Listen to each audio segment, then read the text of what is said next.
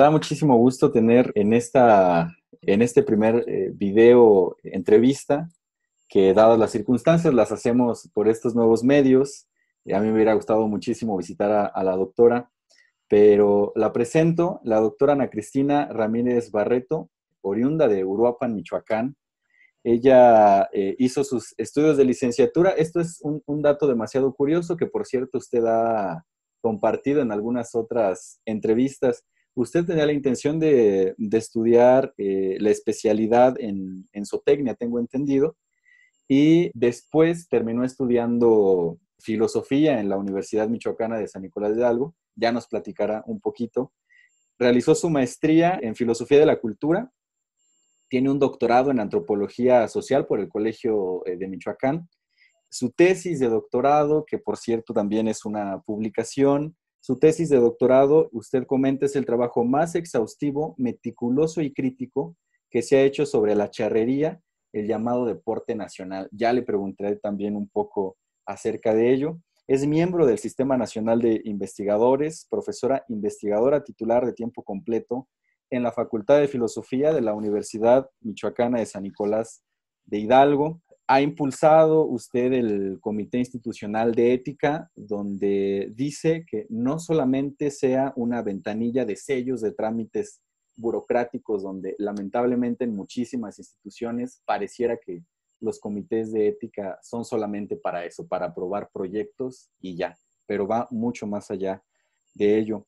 Un dato importante también considero yo, pues es que fue parte de la organización de la cuarta conferencia del Congreso Internacional de Minding Animals en la Ciudad de México, del 17 al 24 de enero del 2018. Y pues bueno, doctora, muchísimas gracias por aceptar pues esta entrevista. Hay muchísimas cosas que decir, tiene algunas publicaciones, entre ellas las más recientes. He visto por ahí algún capítulo en un libro que se llama Roma, Feria de Espejos, donde abordan algunas cuestiones sobre la película de Cuarón, Roma. Tiene un capítulo muy interesante sobre el plagio académico en el libro Universidad y Bioética. Y también, que considero yo, tengo que decirlo, uno de mis favoritos, el capítulo de campañas animalistas a profecías autocumplidas en el libro Zoética, una mirada filosófica a los animales, entre otros muchos artículos y publicaciones. Doctora, ¿cómo está? Muy bien, muchas gracias y pues encantada con esta invitación a platicar con ustedes. Pues bueno, doctora, primero que nada, me gustaría comenzar en términos generales. Para usted, ¿qué es la charrería? ¿Qué implica la charrería en su vida? Sabemos que es algo importante. ¿De dónde nace el gusto para la doctora Ana Cristina por la charrería, por los caballos? Es un tanto intrincada la respuesta que te voy a dar porque a mí nunca me ha gustado la charrería, nunca. Okay. Me llevaban a fuerzas a los corrales y justo estaba por escribir una memoria de esa infancia, yo con unos 9 o 10 años. Dábamos de nuevo en otro domingo, pasando el domingo en la polvareda, viendo una violencia que a mí me resultaba incomprensible, y que no le veía ningún mérito. Y luego sale la escaramuza, me pareció interesante, me pareció atractivo lo que estaban haciendo la escaramuza, que para quienes no tengan mucha idea, bueno, ya lo pueden googlear y se van a topar con un montón de buenas imágenes, definiciones y también pues las que están incluidas en mi tesis de doctorado en antropología, porque lo hice mi trabajo de doctorado sobre la charrería, y resolví este grave problema de que incluso estando en México, los connacionales no están familiarizados con muchos de los términos charros. Entonces, empezando por el término charro, a la gran mayoría de lo que les habla es de un líder sindical corrupto y vendido a la patronal. Eso es charro. Entonces, pues son como universos de semántica totalmente distintos que hacía cuando estaba yo trabajando en los borradores de mi tesis, hacía sumamente difícil avanzar. Entonces lo resolví haciendo un glosario, marcando con negritas las palabras que estaban incluidas en el glosario, que para la gente de charrería eventualmente pues son obvias o muy claras, pero para cualquier otro mexicano, incluso persona de México, pues no. Entonces, charro es yo creo que una de las palabras que están allí desmenuzadas, incluso en un capítulo, incluso es toda la estructura de mi trabajo, porque lo que yo encontré ya en el doctorado, y creo que es una dinámica interesante, es que oscila entre el aprecio y el desprecio. Charro lo que significa, según encontré en el diccionario Autoridades de 1729, que para cuando yo investigué ya estaba en línea. ¿Qué cosa? La Real Academia de la Lengua ya había puesto en línea todas las ediciones del diccionario, y la de Autoridades de 1729 estaba en línea, así es que pude ver que era una voz euskera y que significa viejo, rústico, gastado y sin policía. Y era el término con el cual la Corte en Madrid se refería con desprecio a la gente de Salamanca, pero en general a lo que en México podríamos decir naco, naco, así, ¿no? Sí. Entonces era un término despectivo en ese siglo XVIII, pero viene el siglo XIX, principios del XIX, las invasiones napoleónicas, prácticamente la entrega por parte de la alta jerarquía, aristócratas y los militares del territorio, y quienes se sienten agredidos y sufren las consecuencias de la invasión napoleónica en territorio español es la gente de pueblo, y entonces surge esta figura que es Julián Sánchez el Charro, y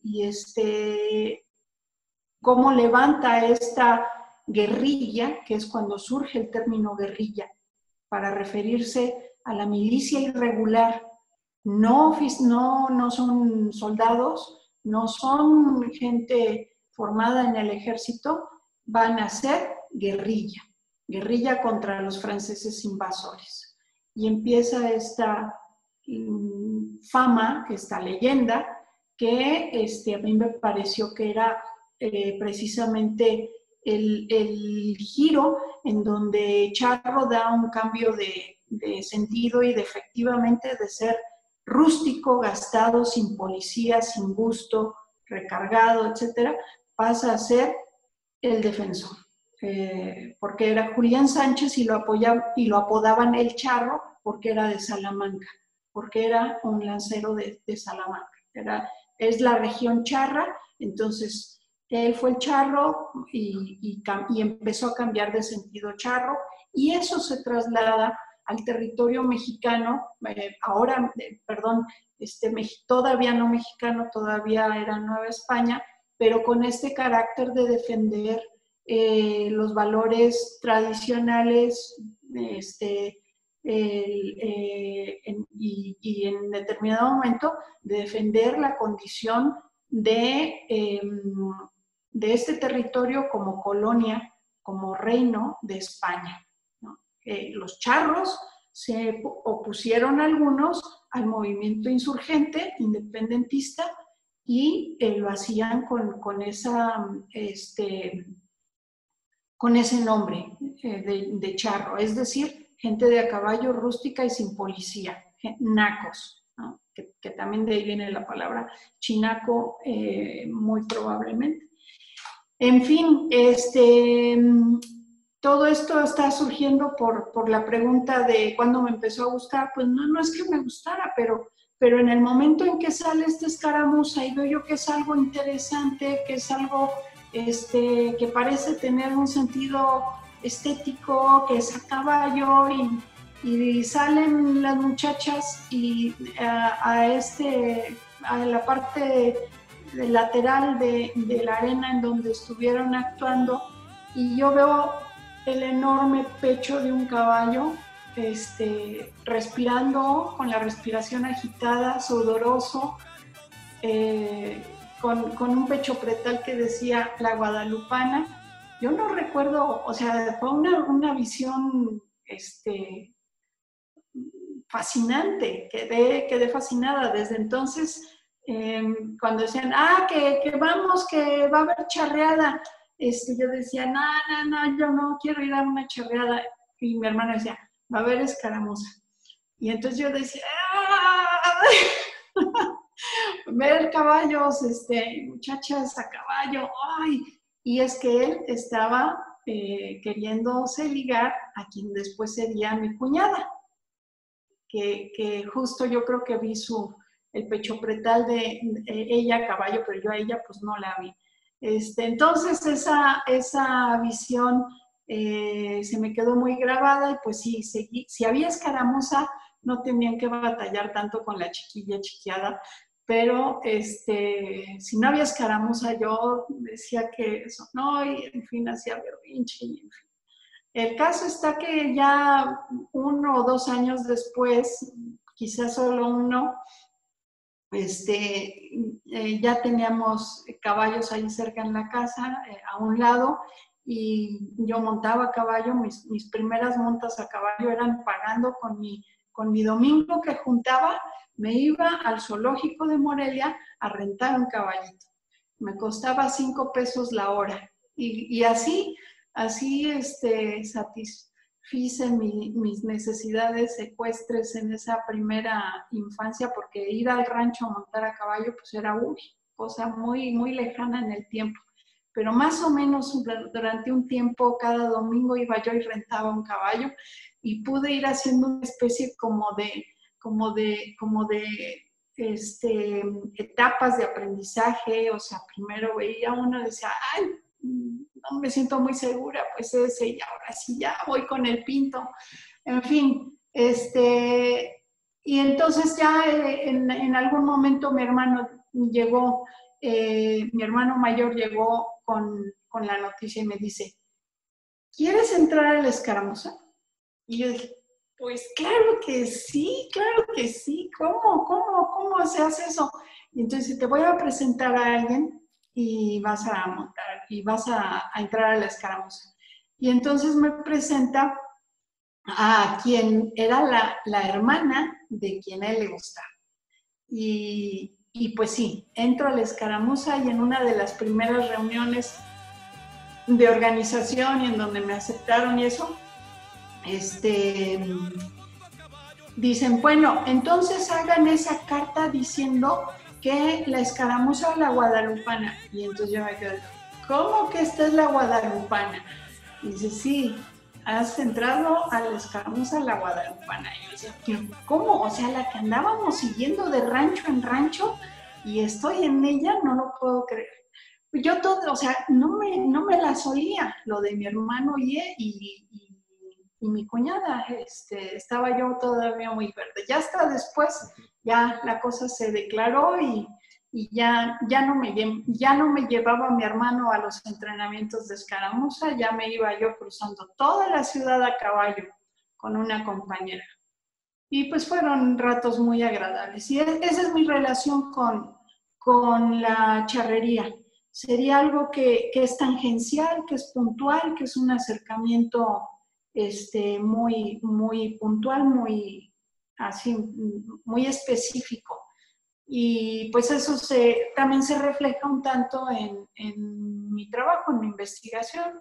Ya lo siguiente fue enterarme en un Congreso Nacional Charro en Puebla, en donde a mí me iban a dar oficialmente mi nombramiento de juez de escaramuza. Que bueno, escaramuza de significar encuentro, pleito menor o simulado o ejercicio de acometerse, correr y perseguirse a caballo o con armas en un ejercicio militar, ya sea real o ficticio. Bueno, pues se convirtió en el nombre que designa a esta parte de las actuaciones charras que las realizan mujeres y que generalmente son de 8 binomios, mujeres a caballo, montando a mujeriegas en una albarda en una montura que permite llevar las piernas hacia el lado izquierdo y no ahorcajarse en el caballo, que sí lo permite, pero está penado, y haciendo cruces y evoluciones a galope que resultan calificables y por lo tanto competibles, por lo tanto junto con los charros varones es parte de este sistema de competencias que desemboca en el nacional y que tiene a la gente pues con muchas expectativas de estar en esas 3 semanas o 4 semanas de competencias charras una vez al año y ser campeones nacionales. Entonces, ahí en ese congreso yo me entero, y ya tenía 15 años en escaramuza o algo así, desde el 82 o algo así. Ahí en ese congreso del 91 en Puebla yo me entero que la primera escaramuza había sido mixta, varones y mujeres. Y yo no lo podía creer. O sea, era algo así como si te dijeran que en algún momento algo que está completamente feminizado, algo que es sinónimo de lo femenino, fue mixto o no era sinónimo de lo femenino. Y desde el 91 hasta el 99, 8 años, estuve dándole vuelta y vuelta y vuelta hasta que pude, o sea, se dio el momento de entrar a los estudios de doctorado en antropología y yo dije, yo quiero rascar, escudriñar este misterio de cómo lo, lo que antes, lo que ahora está feminizado, no lo fue así. ¿Cómo fue que se solidificó esta identidad femenina de la escaramuza? ¿Cómo se dejó atrás la participación de varones en este ejercicio?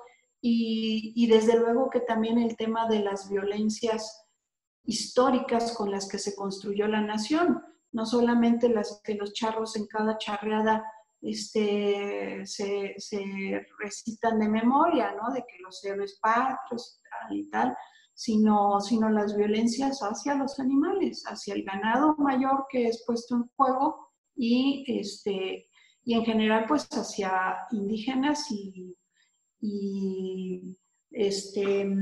colegiales o catrines, que también son otro espectro muy, muy despreciado por el folclore charro. Ok, es muy interesante. Quiero suponer que sí tiene un gusto mayor por los caballos. Totalmente, ¿Tiene totalmente. caballos? Tengo caballos y son guapos, hermosos, dos caballos. Muy bien. Paperless y La Flor. Ok, ok. Y sigue montando, quiero suponer. Muy de vez en cuando. Y desde luego que ya no lo haría en la máquina trituradora que conocí yo de joven, que se volvió todavía más letal, se volvió letal esa máquina de la escaramuza. Ahora, entonces, muchísimo de su trabajo y al que yo he tenido acceso usted se dedica a la investigación del fenómeno de lo animal, la relación del humano-animal. Me gustaría preguntarle algo que, por cierto, la entrevista está versando sobre ello y por eso me interesa en preguntarle al inicio sobre la charrería, los caballos, etcétera. ¿Qué significa actualmente, en pleno siglo XXI, pensar el animal? Es decir, conocemos muchísimas asociaciones, conocemos a muchísimas personas que se dedican a los estudios críticos animales. ¿Por qué pensar al animal ahora? Intentaría responderla con una idea un tanto nietzscheana, o sea, es una intempestiva. No hay tiempo para pensar al animal. Es la condición, que eso te lo encuentras en la contraportada de mi primer libro, que casi son mis obras completas, que se llama De humanos y otros animales, Sí, claro. de editorial Díada. Aquí lo tengo. Sí, casi mis obras completas. Ahí compilé pues una serie de ensayos como capítulos, y lo que estoy sosteniendo allí es que no hay esta condición de trascendencia de lo humano hacia lo animal. O sea, el cuento en donde los humanos son otra cosa que no son animales, y que muchos lo creen, muchos están, no solamente lo creen, sienten que si no es así, peligra todo, peligra su bienestar, peligra la dignidad de lo humano, peligra, porque con los animales es con quienes nos permitimos hacer lo que supuestamente no nos permitimos hacer con los seres humanos. Y pues yo creo que esto son ideas que se volvieron hegemónicas, que prevalecieron en diferentes contextos, y que se volvieron casi que universales con esta fórmula en la que unos 200 o 300 años se creyó de que existía la naturaleza y existía la cultura separados, ¿no? Y obviamente los animales estarían puestos en la naturaleza, y los humanos, todos, desde el momento en que el óvulo es fecundado por un espermatozoide y hasta la muerte de ese individuo, de manera homogénea y continua, cultura. ¿De dónde sale esta absurda creencia? Absurda creencia, ¿no? Lo vio muy bien un filósofo español, Gustavo Bueno, que escribió este libro que para mí fue muy importante en el momento de hacer mi tesis de maestría en filosofía de la cultura. El libro de Gustavo Bueno se llama El mito de la cultura. Lo escribió, si mal no recuerdo, en el 94, algo así, 1994. Fueron a unos años en donde en España varios filósofos hicieron libros muy buenos con este tema. Jesús Mosterín en el 93, el libro de Filosofía de la Cultura, Carlos París, en fin. Pero el libro de Gustavo Bueno, El mito de la cultura, lo que dice es contundente y lo demuestra documentalmente de manera magistral. Él lo que dice es que el concepto de cultura refuncionalizó lo que antes hacía el concepto de gracia. La gracia salvífica, esa maravilla por la cual un ser superior nos salva, nos recupera, no a todos, solo a algunos, de la perdición y del mal, que antes hacía la gracia en otros tiempos, a partir de la modernidad y de la laicidad, etcétera, lo hace la cultura. Y pues para mí fue muy claro, ¿no? Esa idea del mito de la cultura, y de cómo la idea de cultura como algo que separa a toda la humanidad de manera homogénea y automática de toda la demás existencia animal y vegetal, pues tenía toda esta carga de invención en el sentido de eso, de una producción cultural que es muy conveniente, ¿no?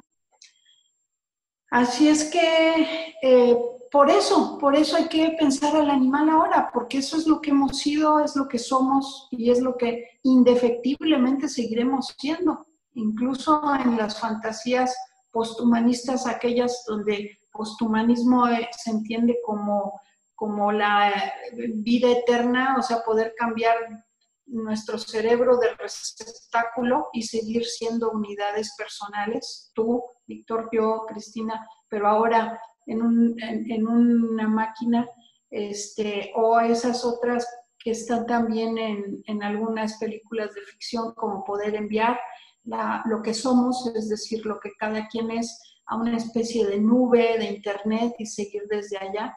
En fin, todas estas ficciones posthumanistas no van a salir del esquema animal, por más sintético que sea, por más plástico y digital que sea, vamos a seguir siendo animales digitales, animales sintéticos, incluso en esos extremos posthumanistas, ¿no?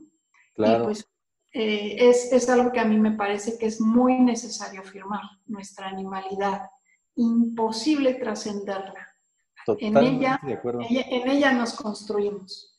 Sí, y esto me hace, es otra de las preguntas preparadas para usted, que existe en estas concepciones dicotómicas, pensar la naturaleza, la cultura, el hombre, el animal, pareciera que esta serie de concepciones y además de ello, avances, vamos a decirlo así, tecnológicos, metodologías tan avanzadas del conocimiento, pareciera que el hombre se sigue posicionando en el centro del cosmos, ¿no? Muchísimas personas siguen pensando de esa manera y se deja de un lado a ese otro que es el animal o que debe ser el animal.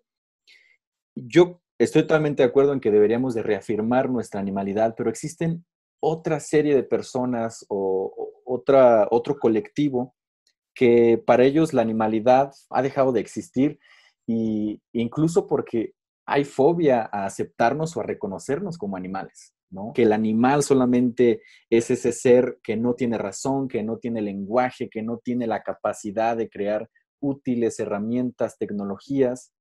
¿Existirá una fobia hacia reconocer nuestra animalidad, doctora? Seguro que sí, porque te decía hace un momento que en esta visión dicotómica en donde los seres humanos tenemos la gracia de la humanidad y de ser hechos a imagen y semejanza de algo superior, etcétera, el rango de lo que se permite hacer con los animales es precisamente donde no queremos estar. Y esto está perfectamente documentado, las formas en las que los seres humanos eh, cometemos los más atroces crímenes, ofensas y daños, muy frecuentemente pasan por la animalización de aquellos a quienes dañamos, aquellos a quienes estamos agrediendo o ofendiendo. Es un animal y por eso puedes, pues, lo que sea, la ganadería, que es el trabajo del capitalismo antes del capitalismo, la primera apropiación capitalista es la de decir, tu cuerpo, tu existencia, tu progenie, tus secreciones son mías, yo hago lo que quiera contigo. Es desde luego que es la base también de la esclavitud. Y esta forma de animalizar y por lo tanto permitirse atrocidades, obviamente que vulnera a quienes son animalizados. Por lo pronto, a todos los animales, pero también a los seres humanos cuando se les dice, es que es un animal, es que es una cucaracha. El genocidio en Ruanda Estaba viendo el documental de los más buscados. El primer más buscado es que sale en el documental, no me refiero a más popular o algo así. El primero es el Mayo Zambada y el segundo es el dueño de la radiodifusora desde la cual se cultivó la idea en Ruanda de que había esta diferencia étnica y que había que salir a exterminar a las cucarachas que eran los otros. Además, dio el dinero para comprar los machetes y fueron 100 días en donde 800,000 personas fueron masacradas. Sus vecinos, gente que no se podría dudar de su condición humana, pero que fue masacrada bajo la ficción de que eran animales indeseables, peste, el término peste que también se aplica en migrantes, a seres humanos, pues es un término que se refiere a esta fauna nociva, a esta condición de animal.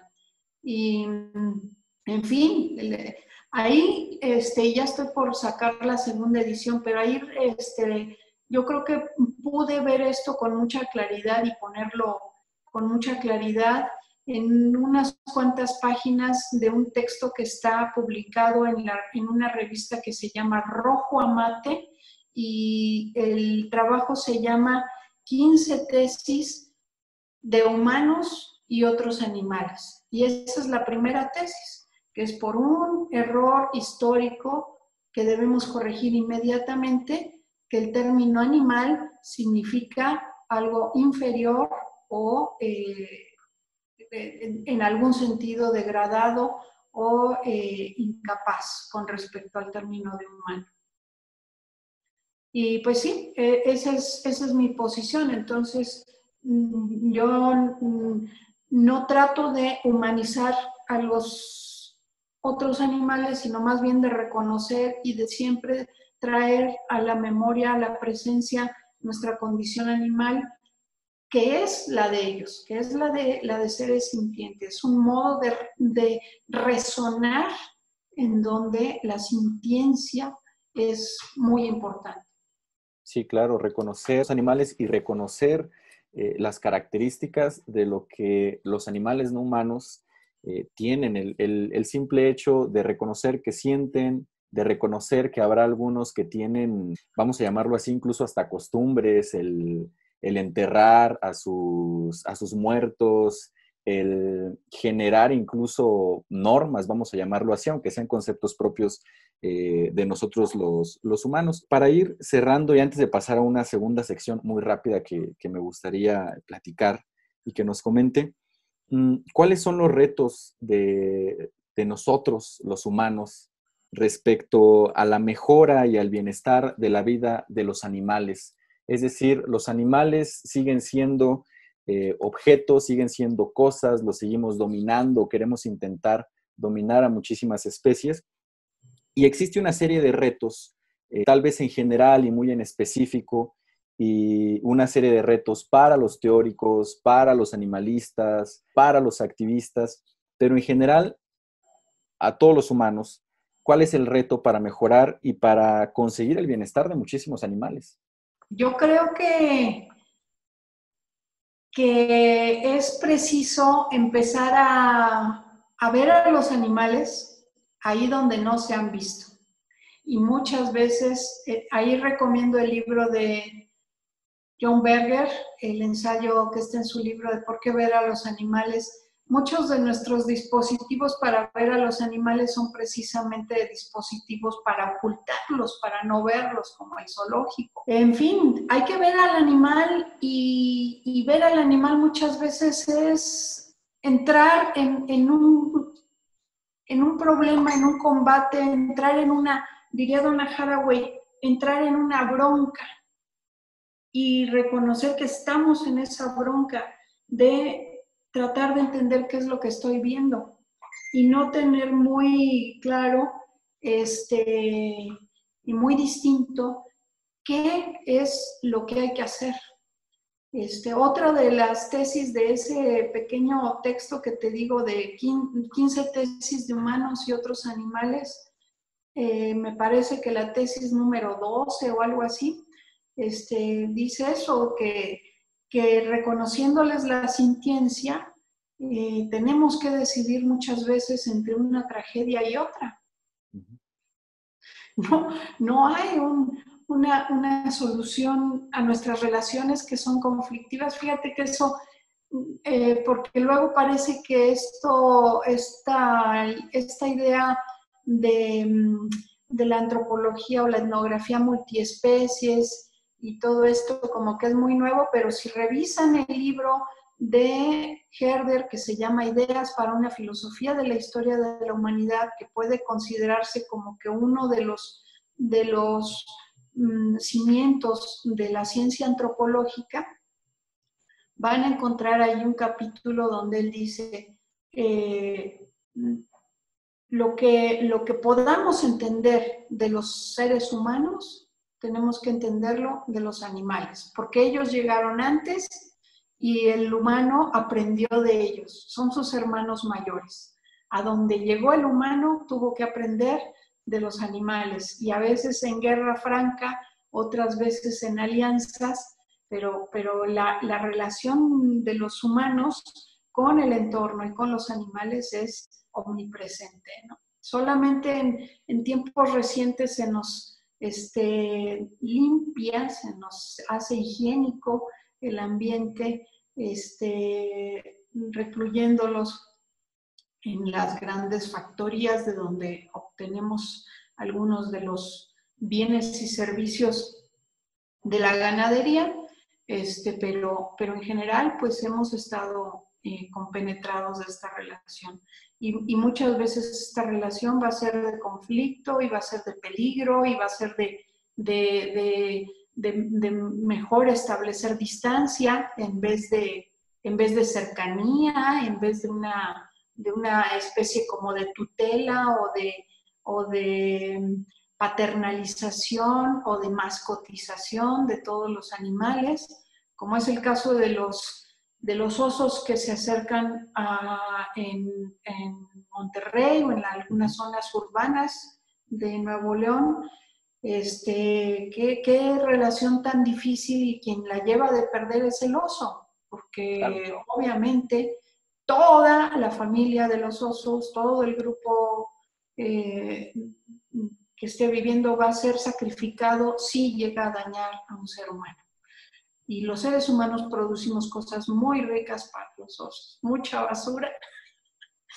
En fin, es un grave problema la convivencia que tenemos que llegar a pensar, y son retos enormes. El mayor reto es llegar a ponernos de acuerdo nosotros los seres humanos. Ese es un reto inmenso, porque de inmediato podemos tener nuestras armas, que son palabras ofensivas, palabras como si fueran garras o como si fueran dientes que van a clavársele a alguien y a decirle: eres un miserable, eres una bestia. Fíjate, mucho del movimiento animalista eventualmente animaliza a quien le quiere recriminar la crueldad, ¿no? Tú eres el animal, le dicen a alguien que está diciendo. En fin, tenemos que moderar mucho nuestras armas para que el entendimiento sea posible, con paciencia y con ganas de que a los animales les vaya lo mejor que se pueda, y cuidando mucho estas estrategias. No animalizar al adversario, no cerrar los caminos, no convertir la jaula, me refiero ahora a la cárcel, en la única solución. Muchas veces algunos movimientos animalistas pareciera que esa es utopía, ¿no? Una especie de gran cárcel para meter al 80% de los seres humanos que son violadores de los derechos de los animales, y el otro 20% o mucho menos que ande libre. En fin, El gran reto es entendernos nosotros, entender que el daño que estamos haciendo puede no hacerse o puede tratar de mitigarse, reconocer el daño, empezar también por ahí. El gran reto de reconocer el daño. Muchos van a decir, pero ¿cuál daño? Si para eso están, para eso están.